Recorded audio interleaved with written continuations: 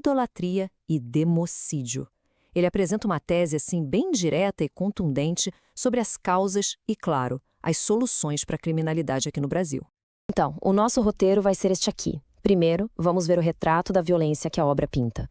Depois, o diagnóstico que os autores fazem, o que eles chamam de bandidolatria. Na sequência, o custo humano disso, o democídio. Aí a gente mergulha nas raízes filosóficas por trás de tudo, vê a solução proposta, que é a tolerância zero, e fecha com o grande conflito de visões, que resume a obra. Vamos lá, entrando na primeira sessão. Aqui, o livro prepara o terreno, sabe? Ele quer mostrar o cenário de violência, os riscos altíssimos que acabam motivando toda a argumentação que vem pela frente. A história de abertura, como a gente vê, termina de um jeito trágico. E é com essa pergunta retórica, quase um soco no estômago, que a fonte estabelece o que percebe como uma total falta de justiça e de apoio às vítimas. É um questionamento que vai guiar toda a análise do livro. Agora a coisa começa a ficar bem interessante. Os autores apresentam o que eles veem como o centro do problema, a causa fundamental da violência. E para isso, eles introduzem um conceito-chave que eles mesmos criaram: bandidolatria. Mas o que seria essa tal de bandidolatria? Bom, a ideia central, segundo o livro, é uma espécie de inversão total de valores. Seria uma visão de mundo que romantiza o criminoso, que o trata como vítima da sociedade e, com isso, acaba tirando a responsabilidade moral do indivíduo e jogando nas costas da sociedade. Certo, mas como essa ideologia sairia do campo das ideias e iria para o mundo real, para a prática? De acordo com a fonte, o veículo para isso seria o chamado garantismo penal. Ele é apresentado como um mecanismo jurídico que coloca a bandidolatria para funcionar dentro do sistema de justiça. E para não ficar só na teoria, o livro traz um estudo de caso que, na visão deles, resume tudo. É só dar uma olhada nessa linha do tempo.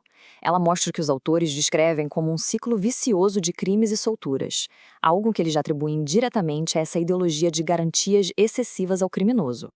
Então, essa citação aqui, ela é a chave de tudo. É o pilar do argumento deles. Basicamente, é uma rejeição total das explicações sociológicas para o crime. A defesa aqui é de que a responsabilidade é, acima de qualquer coisa, moral e individual. É uma escolha. Beleza. Se essa é a causa apontada, qual seria a consequência para a sociedade como um todo? É aí que entra o segundo conceito forte do livro, uma palavra pesada: democídio.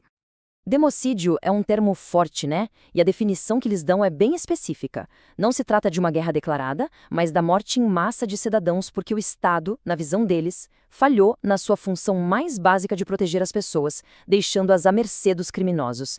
E, para mostrar a escala do problema, a obra usa dados bem impactantes. Pensem nesse número: quase 60 mil homicídios em um único ano. É um dado assustador, usado para quantificar o custo humano do que eles estão chamando de democídio. E os autores ainda destacam um risco específico para quem está na linha de frente, as forças policiais.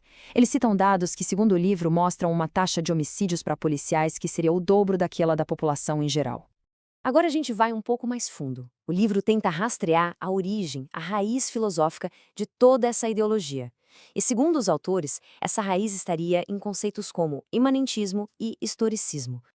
O argumento aqui é que existe um choque entre duas formas de ver o mundo. De um lado, uma visão baseada na transcendência, na crença de que existe um bem e um mal objetivos, universais, e do outro lado, o que eles chamam de imanentismo e historicismo, a ideia de que a verdade e a moral são relativas, que tudo é uma construção social e histórica. Essa segunda visão, para os autores, teria aberto o caminho para a bandidolatria.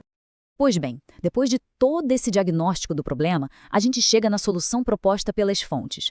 E ela é bem direta, sem rodeios, uma política de tolerância zero. E essa frase aqui, ela é a tradução perfeita dessa teoria para o discurso político, para a prática. É a filosofia da tolerância zero, dita de forma crua, sem filtros, refletindo diretamente os argumentos do livro. Essa postura de tolerância zero se desdobra em demandas políticas muito claras, todas elas com um objetivo em comum: remover brechas e uma leniência excessiva do nosso sistema de justiça criminal. No fim das contas, o que as fontes analisadas estão colocando na mesa é que o debate sobre segurança pública não é só uma questão de política ou de leis. É, na verdade, um confronto fundamental entre duas visões de mundo são simplesmente irreconciliáveis. E esse conflito central fica muito nítido aqui. De um lado, a visão garantista, do outro, a visão da responsabilidade individual, que vê o crime como uma escolha e o criminoso como uma ameaça a ser neutralizada para proteger a sociedade. É a grande questão.